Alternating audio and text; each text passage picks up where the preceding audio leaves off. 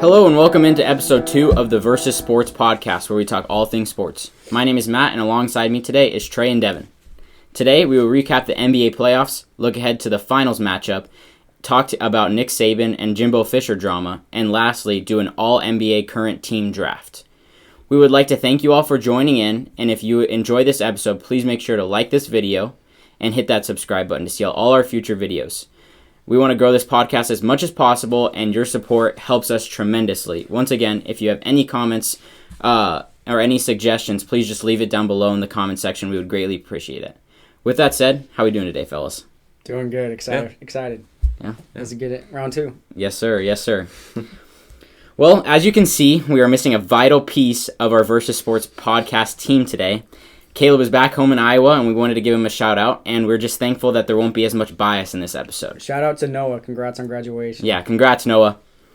And this will sadly be our last episode with Trey live for the summer, but do not worry, he'll be joining us throughout the summer, and we'll figure out a way to do that and make sure that he can still be a part of this so you guys can hear from him and hear his takes as well. Yep. All right, now let's get right into the NBA playoffs. Let's start with the Western Conference Finals, where we had the Golden State Warriors beating the Mavericks 120-110 in Game 5 to clinch their spot in the NBA Finals this year. Trey and Dev, you correctly said that the series would be 5 games. So let's start with you guys. What are your thoughts on this series and the Warriors moving on to the NBA Finals? I don't know. The Warriors are a scary team. I thought, even though I predicted 5 games, I thought Luka and the Mavs could pull up more of a fight, just because even though their team doesn't seem built like that, they've shown that in the playoffs so far with Brunson and stuff. So I still thought it was gonna be more competitive, but Warriors are they're loaded. Their shooting is insane. I don't got much more on that, but yeah, I think it's gonna leak in a little bit to what we're gonna talk about later. But I think the Warriors are the best team in the NBA right now. And I think defensively, they're just as good as Boston is. They have the same defensive rating, 106.9. And I think the Celtics can give them some trouble, but I think the Warriors are amazing. that's big coming from a Celtics fan too. Yeah. I think you're giving the Warriors too much credit. I don't think they're that good defensively. But, they're a really good team. The Mavericks they seem like a team that it's either they shoot a lot of threes and make it, or they're going to struggle in the game. And if it's going to fall on Luka, they're not going to win. Yeah. So that they definitely need some help to be able to get there, but they definitely impressed me this year. But if you've got Jordan Poole coming off the bench and then you got Clay and Steph and doing their thing, you can't do nothing. Yeah. They've been dominant for a long time. They're going to keep on doing it. It's pretty tremendous what they're doing. So yeah. Honestly, I love to see it, actually. I was here for the Warriors dynasty. I'm still here for it. Yeah, I'm kind of ready for another team. Maybe it's the Celtics that become that next thing. I hope so. I hope so too. Yeah, I hope so. They're a fun team to watch. They're a really fun team to watch. So. I love them. Yeah, hey, that's a perfect segue. So let's just go right into the Eastern Conference Finals now, where the Celtics defeated the Heat 100-96 in Game 7 in Miami. The Celtics were up pretty big late, and Heat made a roaring comeback. Yeah. And Jimmy Buckets just came up a little bit short. But Trey, how you feeling? I know that me and Devin were texting you after Game 6, and you thought you guys were done, and you were donezo. It was going to be over in Miami. But that didn't happen. So how do you feel to have your team, the Boston Celtics, back in the NBA Finals? It feels great to be back. Obviously, we haven't been back since, 2011. So I feel like I'm a little kid again because we were in 08 and back in 2011. Honestly, it's still kind of hidden that we're back in the NBA Finals. So I haven't had a team in a championship as Vikings and stuff. So feels good. I think we have a chance, but it's going to be a tough matchup. I was pretty down bad after we lost. I felt like we lost the finals. Mm-hmm. I told you guys that the last time I was that bummed was when Blair Walsh missed the field goal against the Seahawks. That was a tough one. But, we bounced back undefeated after games we've lost. So that's impressive. Yeah. It's a good thing to bring into the finals. Yeah. For sure. Yeah. I believe in Ime. Okay, I think Ime is underrated as a coach. Why wasn't he in the Coach of the Year conversation? He's good. His first year, too. Yeah, no, he was really good. He should have been in it after they were, a 10 seed and brought it all the way back. But, I'll be a little biased here. You can't take the playoffs aside. It's a regular season. You can't. If it's about the postseason, too, he's got it over Monty Williams because Monty Williams didn't make adjustments. But I mean, you can't take away from a guy that helped his team win 64 games, franchise record. Yeah, true that. Tied the franchise record, I think. Well, I don't think Ime should have won it. I think he should have. No, yeah. Oh, for sure. Yeah. He'll be in it in the next few seasons. Yeah, for sure. That was the most down bad I've seen you ever. Yeah. The text I was receiving, it was like the Celtics just lost Game 7 of the finals. Yeah. That's how it felt, dude. Yeah. Dude, I was just laughing my head off. It was so funny. Man. It was rough. Well, it's not all happiness yet, because let's talk about the finals matchup. So you got the Celtics and Warriors, like we've talked about. First game is Thursday. And so who, in your opinion, is winning the NBA Finals? Let's start with Trey. It kind of hurts as a Celtics fan, but I think we match up really good against the Warriors, but I think it's going to be Warriors in 6 for one reason, and that's just the finals experience. I saw that Warriors had 123 combined finals games, and the Celtics have 0, obviously. But obviously, there's a bunch of good stats to go for the Celtics-wise. Like I just told you guys, Steph shoots 29% when Marcus Smart's primary defender. Celtics are the only team since Steve Kerr's got the head coaching job to have a winning record against the Warriors.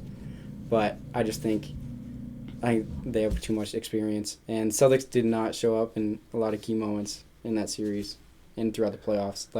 We almost choked against the Heat many times. So, do the Warriors in 6. Does the Warriors get home court? They have home court, yeah. Okay, that's what I thought. Because of home court, I'm going to say Warriors in 7. But I would reverse it if the Celtics had home court. Really? Yeah, I think it's going to come down to... Celtics have done decent on the road, though. I know, but the Warriors are just... I think they're too much. We've been better on the road than we have at home. It doesn't change my opinion, though.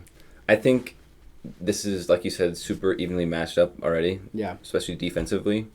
But, like you said, the experience is too much. Celtics don't have much. So, I'm going to say Warriors in 7. But, like I said, if it was Celtics with home court, I'd go with the Celtics. Yeah.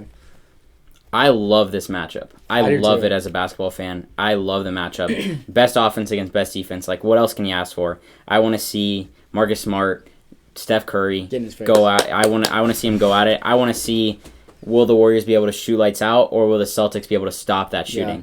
Because I think it can be done for the Celtics. I think that they can do it. They can.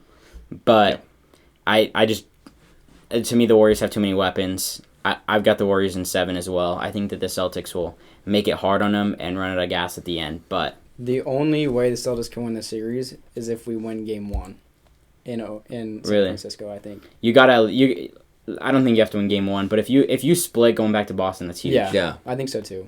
Because the Warriors are undefeated at home in the playoffs. Mm-hmm, they haven't lost. But yeah, this is the dream matchup that I'm waiting for. As I've said, my dad's a Warriors fan.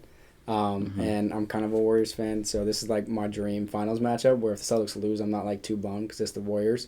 And me and my dad have been texting throughout the series counting down the wins for Eastern Conference Finals and Western Conference Finals, so I'm glad that it's come true after we've come short a couple times. So yeah, I'm looking forward to it.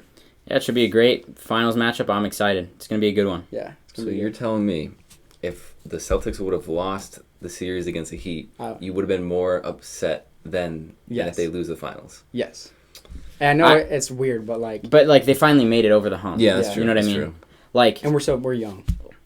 As a Suns fan last year, I was just it sucked to lose the finals because we were up 2-0 and it was just it felt like it was such a loss. If we were up 2-0, I would be very upset. So something like that. But just to be there, I was that's the first time I've seen the Suns in the championship. That's the first time I've seen it one of my teams in a championship since the Cardinals played in the Super Bowl in 2009. Mm-hmm.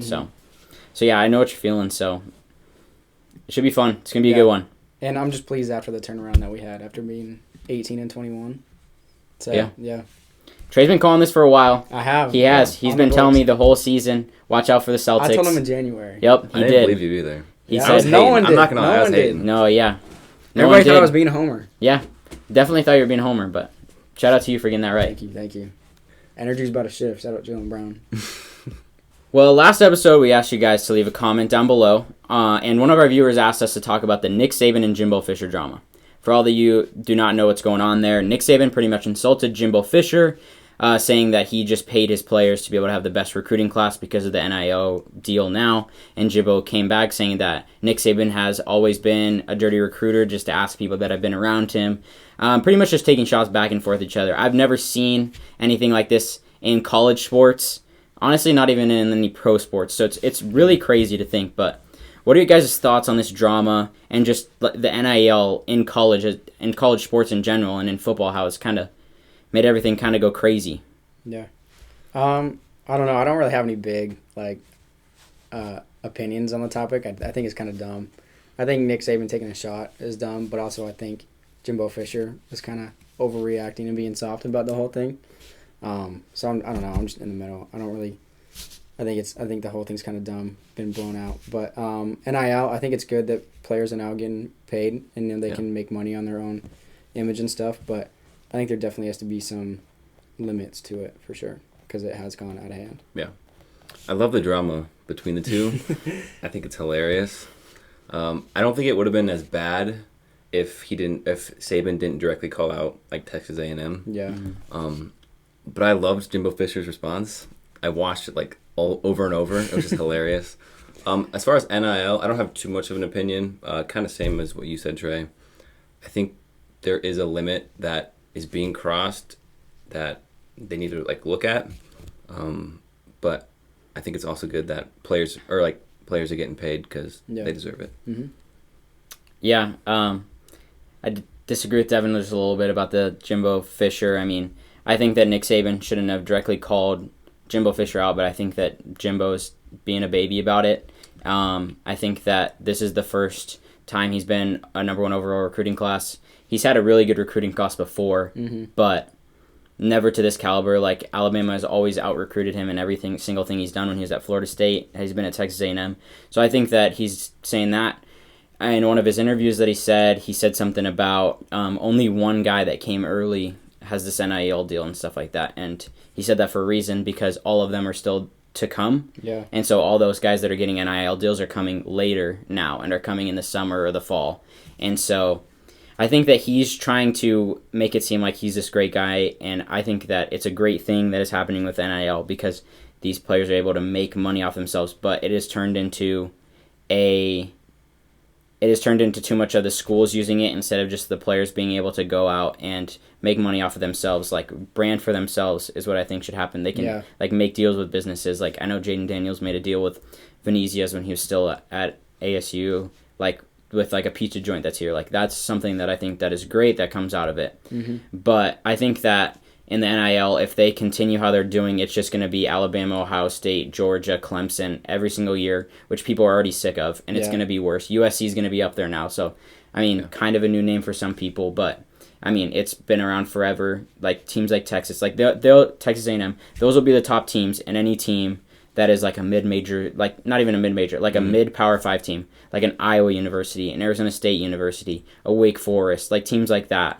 Even though they have good fan bases like Iowa State have some of the best fan bases in college, they're not going to be able to do anything about that because of all these NIL deals. Like, is a kid going to be able to go and make six figures? Like, they're making millions of dollars now. Like, they're literally making more money from the NIL than they are as third and fourth rounders are that get drafted. Like, that needs to change. It's crazy.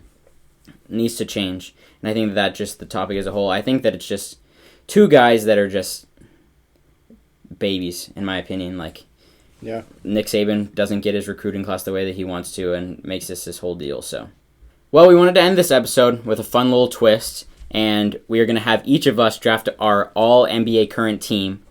So we just wanted to have some fun with that, see which team would be the best, just have a little competitive juices going, just a little fantasy going with that. So with that said, it's going to be a snake draft. We're going to go Devin, and then it's going to be me, and then Trey, and we'll go until we have our starting five. So, Devin, want to start us off? Yeah, I'm going to go with the first pick. I'm going to go with the obvious one here. I'm going to go with Giannis. Okay. Yeah. Put him at power forward. All right.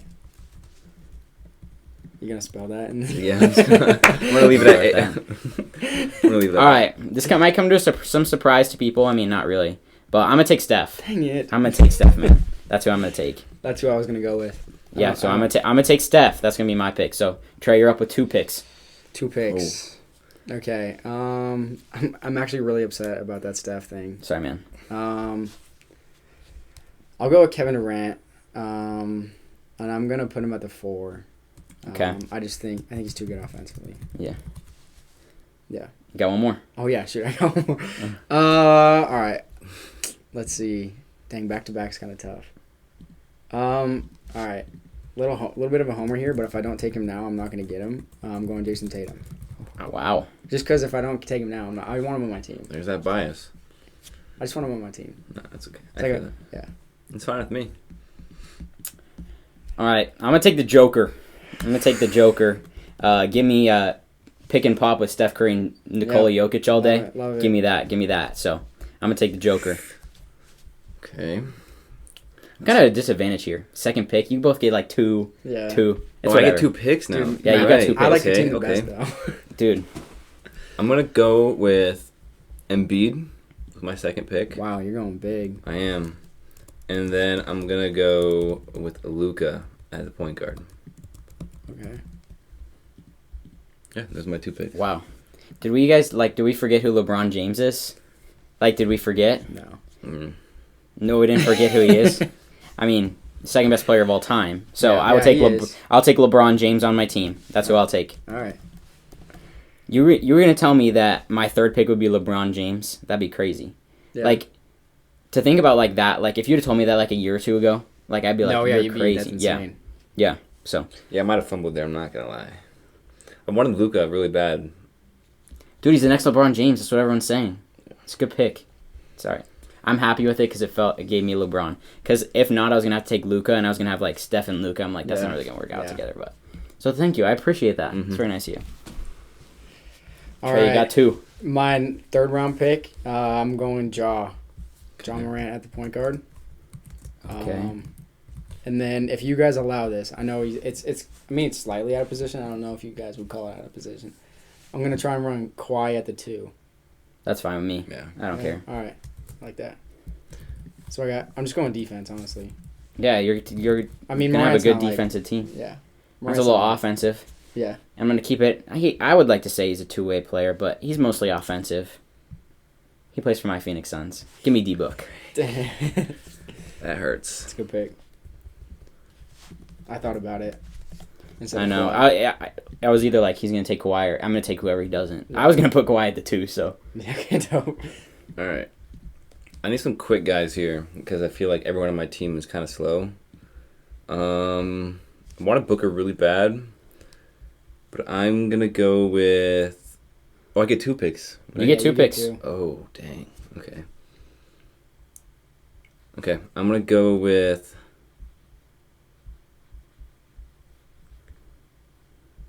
Kyrie Irving and Paul George. Okay. All right. I thought about going with Butler, but I feel like he's only good in the playoffs. So, Wow. Offensively, Okay. defensively, obviously he's a beast, but he is not. Let's be real. The shooting he had this playoffs is not his normal self. No. He shows up in the big moment, though. Don't you want that? It's true. No, but if you're trying to... I kind of wish I would have taken Jimmy instead of Kawhi, because if you're going to take one person to win a championship, I want Jimmy on my team. Yeah, I mean, I feel that. Maybe you take Jimmy and we have a trade. I only have the 4 left. I don't know if really Jimmy Butler can play the 4, so I'm not going to put him there. You could move LeBron. Could to the I? 4. Yeah, I could. I think I'm going to move LeBron to the 4. Okay. Man. Oh, man. I don't know where to go here. I don't know either. Man. Uh-oh. Move LeBron to the 4, and I'm going to put... Give me DeMar. Okay. Give me DeMar. That's my final team. All right. This is the last pick, right? Yep. I wish I could pick someone out of position, but I have a 5. And after you guys took... Hey, Jokic we're a and- stretch big league now. After you so. guys took Embiid and Jokic, there's not really anybody that I really wanted. So I just went with wings. I mean, Davis is there, but I'm not a Davis fan. I mean, He's hurt a lot. fully healthy, I think he's the best big in the league, but he's never healthy. So who you going? I have to go with the big, though, right? Because I can't go with, You got to go with a big or a power forward big. Yeah. I got some in mind, but I don't know if you're going to take him. I mean, there's, Bam, there's Draymond. Yeah. There's Rudy Gobert. You're missing a big one. I'm not a Bam fan. You're You're missing a big one, though. Am I? Yeah, you're missing a big one. Honestly, low-key, like, I might take Al Horford. I won't, but, like, he'd be perfect with my team. I'll give you a hint. He was a number 1 overall pick. Still with his team. He got bounced in the first round this year. Lost to the Grizzlies. Zion? No, lost to the Grizzlies? Yeah. First round? Yep. I don't know if he's all that. Why can't I think of it? It's Cat. Cat? Yeah, I know Cat's there. Yeah. But Cat's not that good defensively. Yeah, I mean. I'm trying to think of, like, the best fit for the team. Yeah. So, I'm going to go Draymond at the 5. Okay. Not a bad pick. Go Draymond. Not a bad pick. You're high on Draymond Green more than me and Devin are, but Yeah. he's a good player. I love Draymond. He's a really good player. He's a really good player. All right, so we got our teams finalized. So, Devin's team has Luka at point guard, Kyrie at the shooting guard. He's got Paul George at the 3, Giannis at the 4, and he's got Embiid at the 5. Yep. My team is Steph at the point guard position, D-Book at the shooting guard position, DeMar DeRozan at the 3, LeBron James at the 4, and Nikola Jokic at the 5. And then we got Trey's team with Ja Morant at point guard, Kawhi Leonard at shooting guard, Jason Tatum at the 3, Kevin Durant at the 4, and Draymond at the 5. I am feeling really good about my team. I think I got the best team. I don't know about that, Guys, man. I think we all think that our own team is the best team. Well, to be able to figure this out, we'll never be able to because we'll just argue with each other. Yeah. We would love for you guys to leave down in the comments below which team you think is the best one. Who's winning a championship out of these 3 teams if they play each other? Please choose mine. I'm just kidding. Just put whatever you think it is, and that's what we're going to go off of to see which one it is. So please leave it down below in the comments which one you guys think it is. Caleb would have drafted the Suns starting 5. Yep. He'd have DeAndre Ayton at his 5. Who knows if DeAndre Ayton will be there next year, but he'd have Jay Crowder over Kevin Durant. But Yeah. Well, before we wrap up this episode of the Versus podcast, we just wanted to go back to one of the main reasons why we do this podcast. We love to talk about sports, but our main reason of doing this is to spread the word of God. Each episode, one of us is going to be sharing a passage of scripture that we would just love to share with you. And this week, Trey is going to be leading it. So, Trey, what do you got for us? This week, I wanted to share Romans 1:16, which says, "For I am not ashamed of the gospel, because it is the power of God that brings salvation to everyone who believes, first to the Jew, then to the Gentile." And I just want to share this passage because it can be nerve-wracking. I know we've talked about this before, to tell you others about your faith when the opportunity presents itself, like you might step down to the opportunity. And this verse tells us to not be ashamed of our faith and to have confidence in our faith because God is alongside us for the ride. This podcast is a perfect opportunity for us to tell people about Jesus and our faith. And with this verse, it gives us confidence and the ability to be bold in our faith.